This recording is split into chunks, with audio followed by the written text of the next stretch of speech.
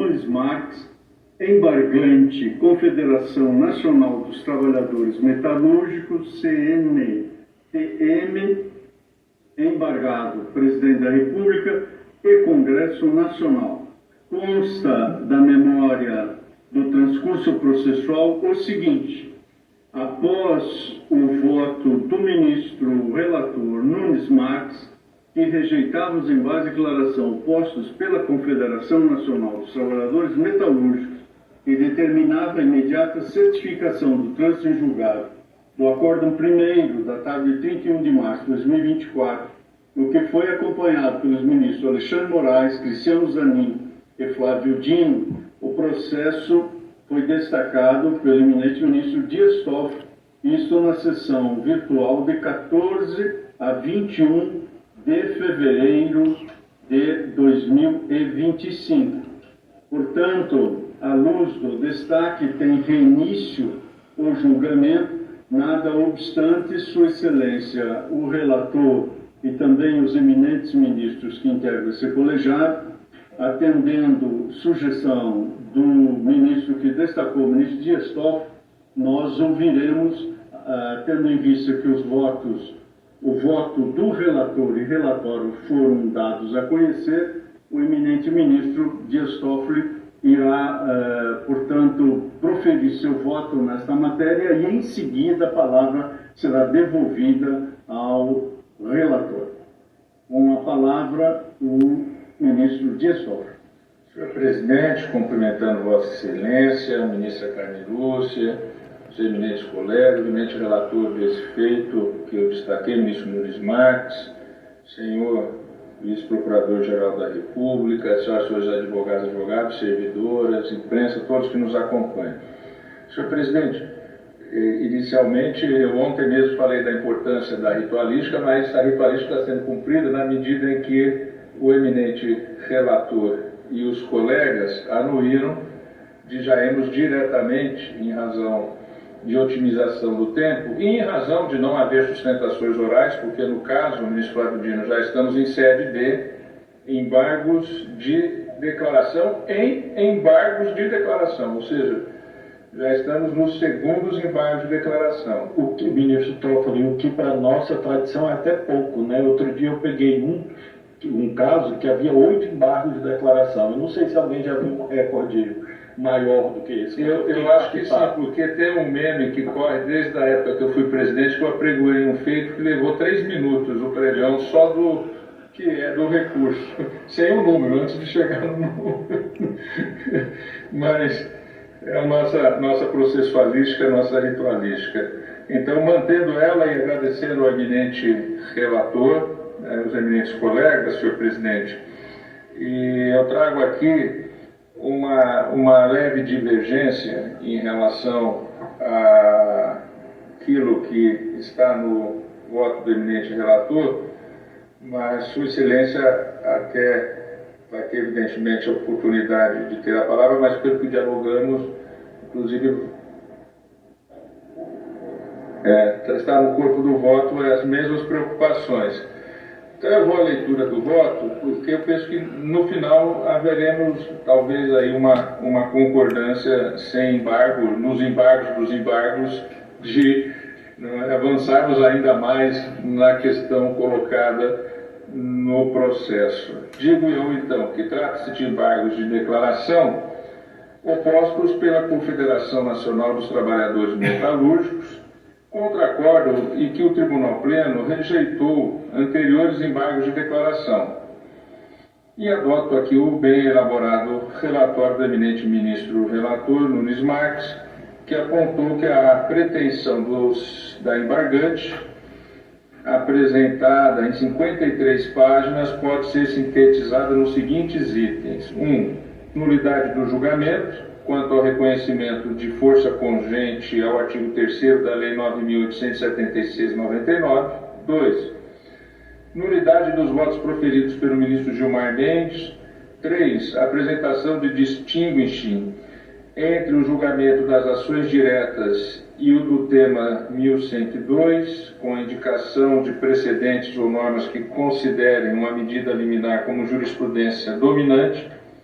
e a demonstração das razões pelas quais a mencionada decisão liminar teria prevalecido sobre um acordo de mérito. 4. Reunião das presentes ações com o RE 1.276.977, paradigma do tema 1.102.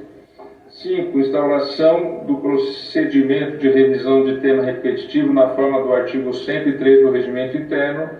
E 6. Preservação da revisão da vida toda, tema 1.102, para os segurados que a requereram judicialmente até 21 de março de 2024. Pois bem, essa é a síntese dos pedidos. Na sessão virtual de 14 de fevereiro a 21 de fevereiro desse ano, votou o eminente relator por não conhecer dos embargos de declaração e determinar a imediata certificação do trânsito em julgado do acórdão primeiro, datado de 31 de março de 2024, acompanhado Sua Excelência, os ministros Alexandre de Moraes, Cristiano Zanin e Flávio Dino, e de destaque do processo para melhor apreciar a controvérsia. É um breve relatório e passo então, senhor presidente, a esclarecer desde logo que acompanha em grande parte o voto do eminente relator, ministro Nunes Marques. Peço dele apenas a Sua Excelência para divergir no que diz respeito à questão do overruling e conexo isso à questão da modulação dos efeitos da decisão. É de conhecimento de todos que o STF havia fixado em 2022 tese para o tema 1102 de repercussão geral, admitindo o que se chama de revisão da vida toda naquela repercussão geral. Essa tese era, aliás, harmônica com a orientação que já existia no tema repetitivo 999, aqui todos os elementos de análise sobre o ponto de vista de impacto, mas o mais importante aqui é a questão da segurança jurídica, né?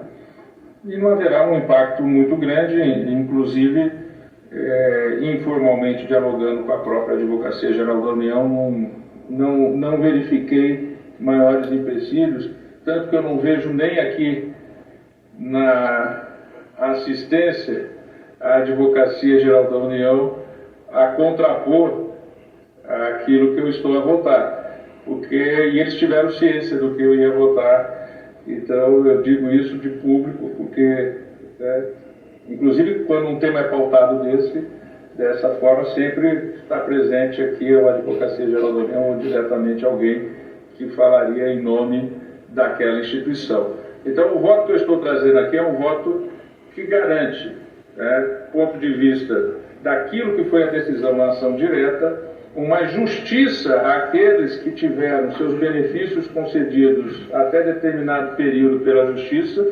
brasileira, do ponto de vista, inclusive, da tutela provisória, e, ao mesmo tempo, sem criar maiores embaraços, digamos assim, a responsabilidade fiscal do Estado brasileiro. Ministro Toffoli, eu só tenho uma dúvida quanto ao voto de Vossa Excelência sobre os honorários. O fundamento seria também proteção da confiança ou seria uma espécie de deferimento de justiça gratuita? Porque eu tenho receio sempre do precedente que a gente firma. E aí eu fiquei na dúvida, lendo o voto de Vossa Excelência. Então, veja bem, inclusive quando eu votei, acompanhando, mantendo a mesma posição, porque na repercussão geral eu fiquei vencido. Na repercussão geral se reconheceu a possibilidade da revisão da vida toda. Eu fiquei vencido. Houve a mudança de composição quando sobreveio a ação direta. E a ação direta, pela nossa tradição, tem preferência de terminar o julgamento em relação aos casos de natureza individual mesmo, com repercussão geral. E ali eu mantive a minha posição e aí se formou uma maioria. E só que não se modularam os efeitos. Quando eu votei, eu disse claramente aqui, nessa mesma posição que eu estou, que eu fazia um apelo à Advocacia Geral da União de não cobrar os honorários.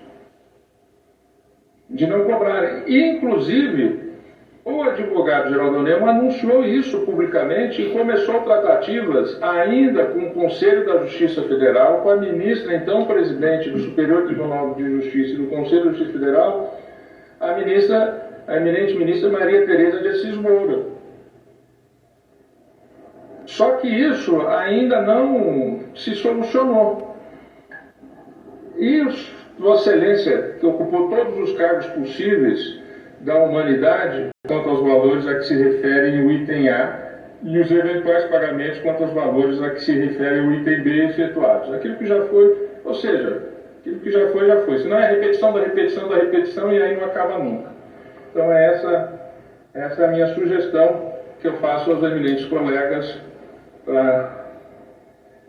Esse é o processo que está levando a vida toda. Toffoli, pelas considerações e reflexão que considero muito importante e que merece mesmo uma atenção de todos nós. Apenas justifica a minha ausência inicial. Eu estava com a ministra Simone Tebet, já está em fase de elaboração da lei da LOA e portanto, alguns aspectos importantes do orçamento do Supremo Tribunal Federal me retiveram e reiterei a Sua Excelência o absoluto compromisso do Supremo Tribunal Federal e do Judiciário Federal com a responsabilidade fiscal e com a preservação dos limites do arcabouço fiscal, mas apenas discutindo detalhes importantes que envolvem desde a segurança do tribunal até as questões de custeio geral. Só para justificar